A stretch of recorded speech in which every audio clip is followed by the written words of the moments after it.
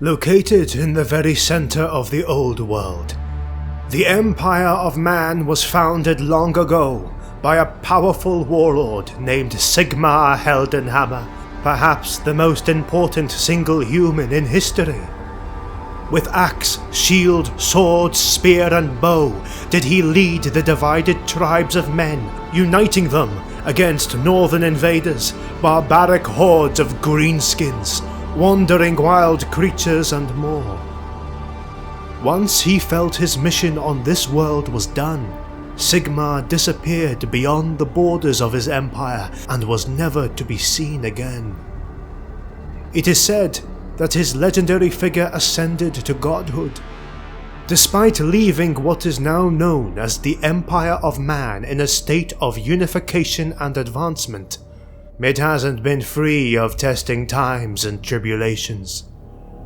The Empire is indeed surrounded on all sides, and there isn't a single battlefield in the world on which the men of the Empire haven't bled.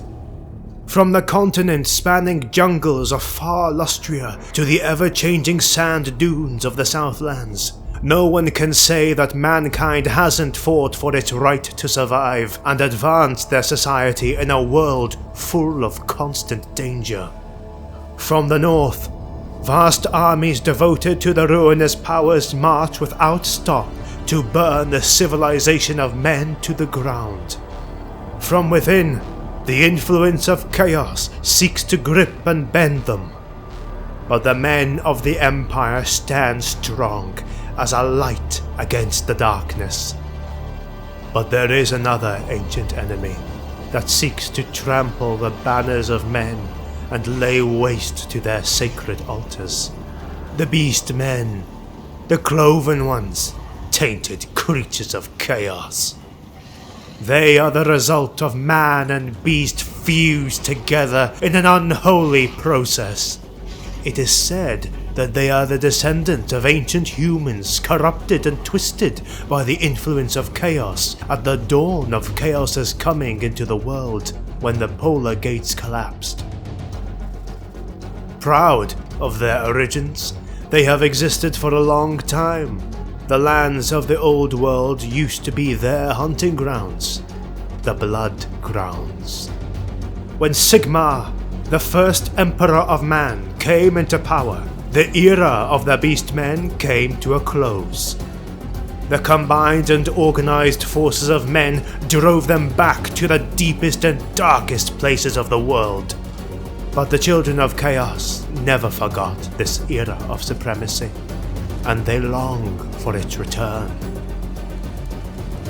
Before we begin, we want to give a quick shout out to all the new Patreons and YouTube channel members that support our work and have joined our ranks over the last few weeks. And to all of you who enjoy and share the content to help us reach more Warhammer fans, we thank you for your support.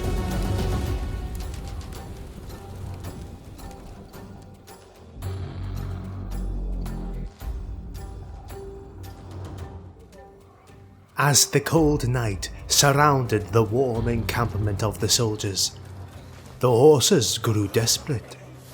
Someone, something, was lurking not too far. Few suspected of the threat they were about to face, until it was already too late.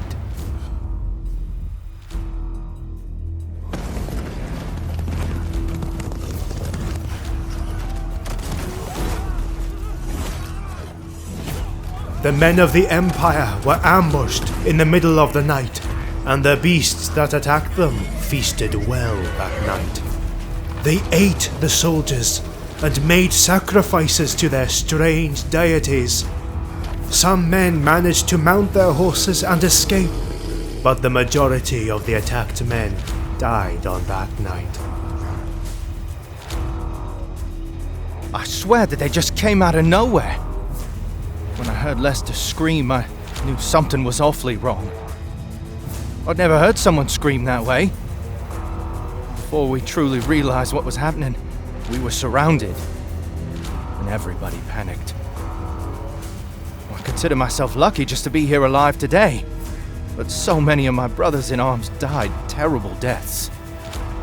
I managed to kill one of those horned creatures. Or at least so I like to think. Didn't have time to really make sure of it. I just ran and ran until my legs gave out, and the air left my lungs. I wouldn't want to face those beasts again. Ever. But I know I'll have to do it soon. For vengeance, at least.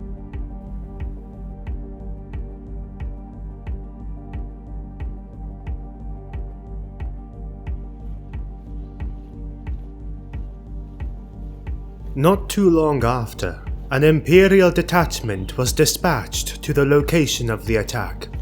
The instructions were to engage and annihilate the warherd responsible for the attacks on the nearby settlements and the group of Imperial soldiers. Threats could not be allowed near Hergig, a settlement of strategic importance. As the detachment advanced through the forest, the skies became darker and darker, getting progressively consumed by the massive wilderness that made up that obscure place. With the lifeless expressions of his fellow slain soldiers still fresh in his mind, the captain was eager to get some vengeance. He and his men would have their vengeance. Preventing another catastrophic ambush, the captain had ordered some of his men to scout ahead of the main party in order to detect any attacker from coming out of nowhere and warn the group beforehand. Additionally, he had ordered the main detachment to move swiftly through the wilderness. They did so with collective determination, knowing that the enemy they were facing was not to be underestimated. The death of innocent settlers cannot go unanswered, Huntsman. These unrelenting monsters must be made to pay, lest they keep coming back. Make no mistake, these abominations are not just mindless beasts. They are intelligent. Intelligent enough to know the meaning of vengeance. And now, with our arrows and blades, we will make them feel it! The vast forests of the old world are crossed by a spider's web of paths only the Beastmen know.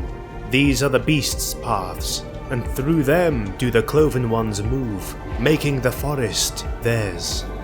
No hunter would come to get them in their own grounds.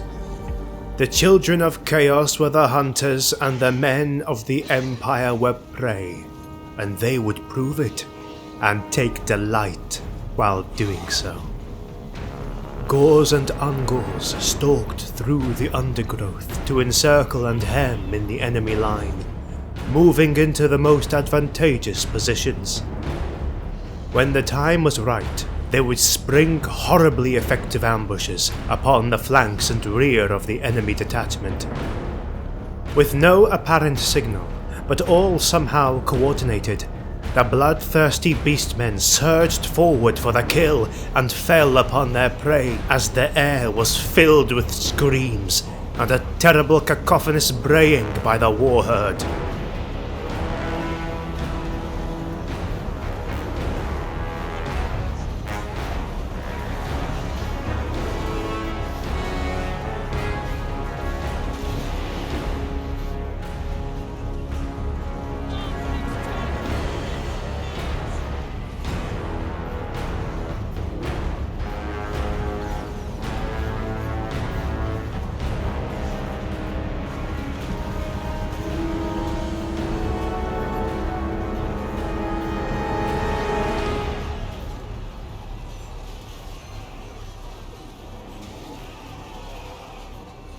Men and beast clashed in the dark wilderness and blood flowed.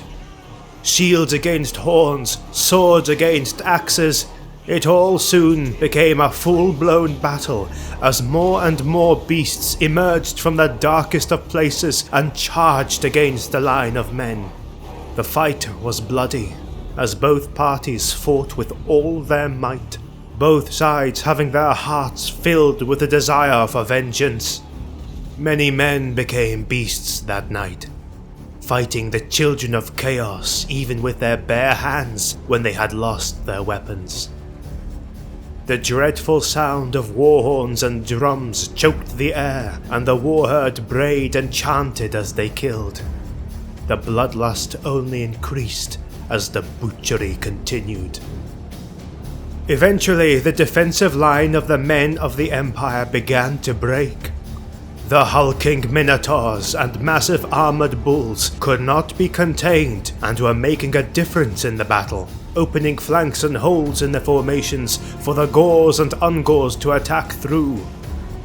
With accurate fire, some were put down, but many more kept attacking them with incredible brutality. The beast opened its jaw and swallowed the detachment whole.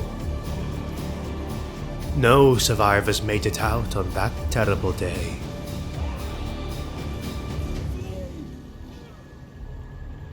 Bray shamans' chants and nightmarish howls could be heard all across the forest. Blood flowed and new twisted progeny was spawned into the world as the Beastmen were enacting rituals and getting ready for war. The barbaric camp of the Beastmen had them gathered round massive standing stones called herd stones.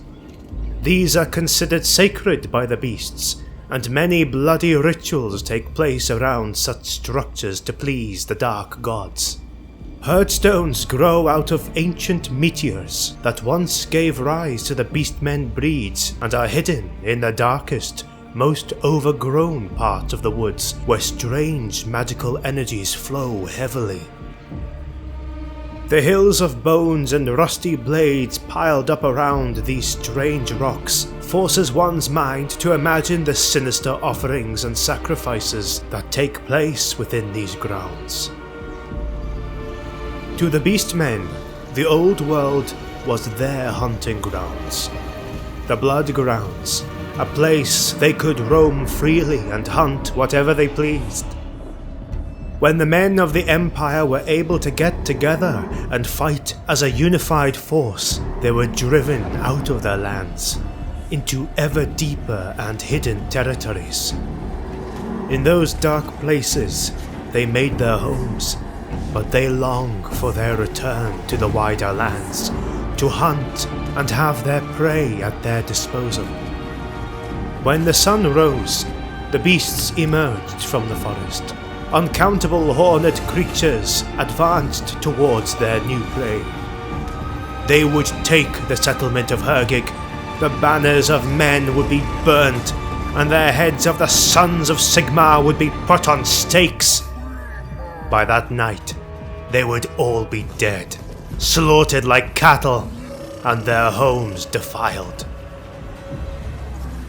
In the settlement of Hergig, there was an uneasy feeling of agitation in the air. The men and women of the place knew they were going to be attacked very soon, as the ever-increasing attacks of the Beastmen showed. The Cloven Ones were getting closer and closer, and it was only a matter of time before they emerged from the forest in full force to trample their homes. Requests for reinforcers were sent, and the locals organized and put up whatever defenses they could to fend off the coming invaders. Hergig had to be defended, at least until reinforcements could arrive to aid them. Does our most holy father reward those who take the easy road? Does he traffic in temptation? Of course not! Sigmar rewards hard work, resolve in the face of temptation, and, above all, courage when confronting mortal danger. My friends, the easy path leads to corruption, to damnation, to perdition. Only through suffering can you ever see the glory that is the truth, that is the founder of our glorious empire, that is our divine father, Sigmar!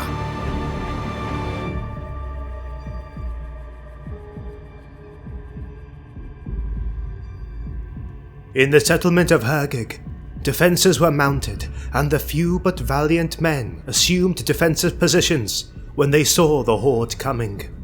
but their resistance was futile, underpowered and with few resources. Their defenses were broken by the middle of the day. Way quicker than they expected, the Beastmen had broken into the city, and fire was consuming the tall and proud homes of the humans. That's when the war horn sounded. Reinforcements were coming to aid Hergig. Not all was lost, and the fighting in the streets was intense, but the real battle was about to be fought in the open field just outside the settlement. The army of the Empire was huge, and the defenders were relieved when they saw the reinforcements. The Beastmen, who were mostly still outside of the city, rearranged themselves, not in an ordered battle formation, but more like a hunter taking position to go after its prey. And then, the beasts charged. The first wave of Beastmen was received by artillery fire from Hellstorm rocket batteries, mortars, and imposing steam tanks that were part of the newly arrived army. Handgunners, pistoliers, and a few archers aided with punishing fire that took many of the cloven ones down.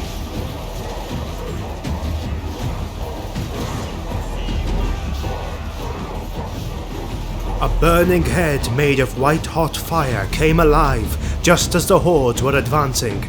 The spell killed many of the beasts. Still, they charged through, and a deadly melee fight ensued as multiple regiments and groups clashed against each other. Folke Hasselman, one of the survivors of the attack on the encampment, was on the front lines, fighting shoulder to shoulder with the other hundreds of men, all willing to fight and die to defend their lands, their homes and families. The Cloven Ones had already made them suffer enough.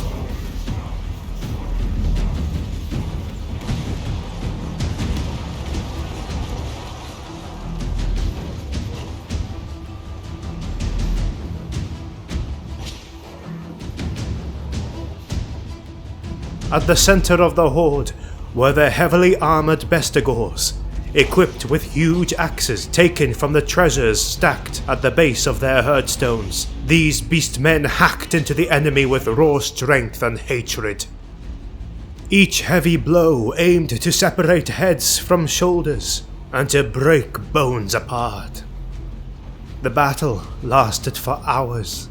The dead bodies of man and beast lay on the battlefield, and still the fighting raged on. Waves of beastmen had attacked the lines of the Empire, and some had managed to get through their back lines. But still, the men of the Empire fought strong, with coordinated tactics, artillery support, and applying the aid of magic when needed. With heart and determination they held to their formations and hacked the enemy apart with practiced efficiency, patience, and prayers.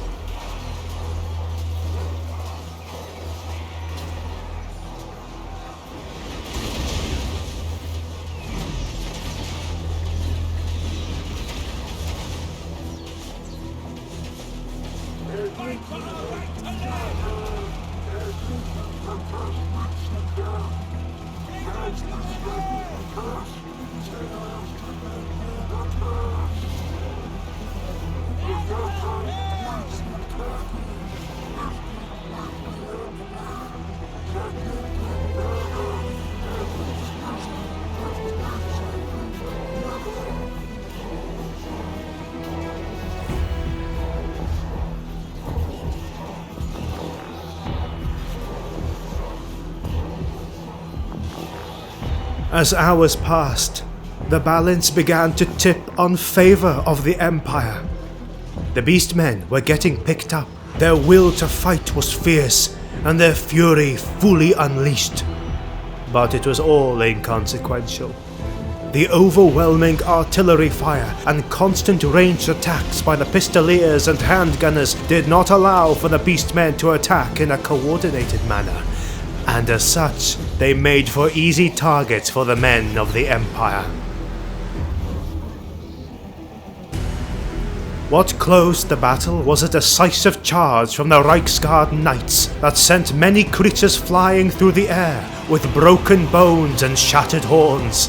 Many Beastmen began to flee at the sight of the Imperial army, still fighting on with stubborn determination.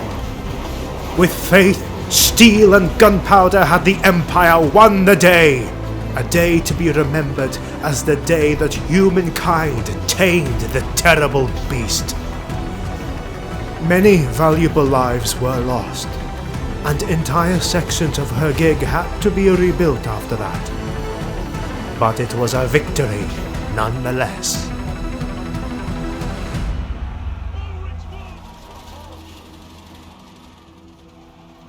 And so it goes in this cruel war of man against beast.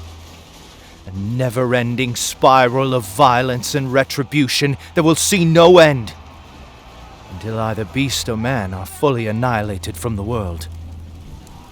That victory may seem as a step forward to us, but in reality, it is just another day that our noble men had to pay with blood for our mere right to exist.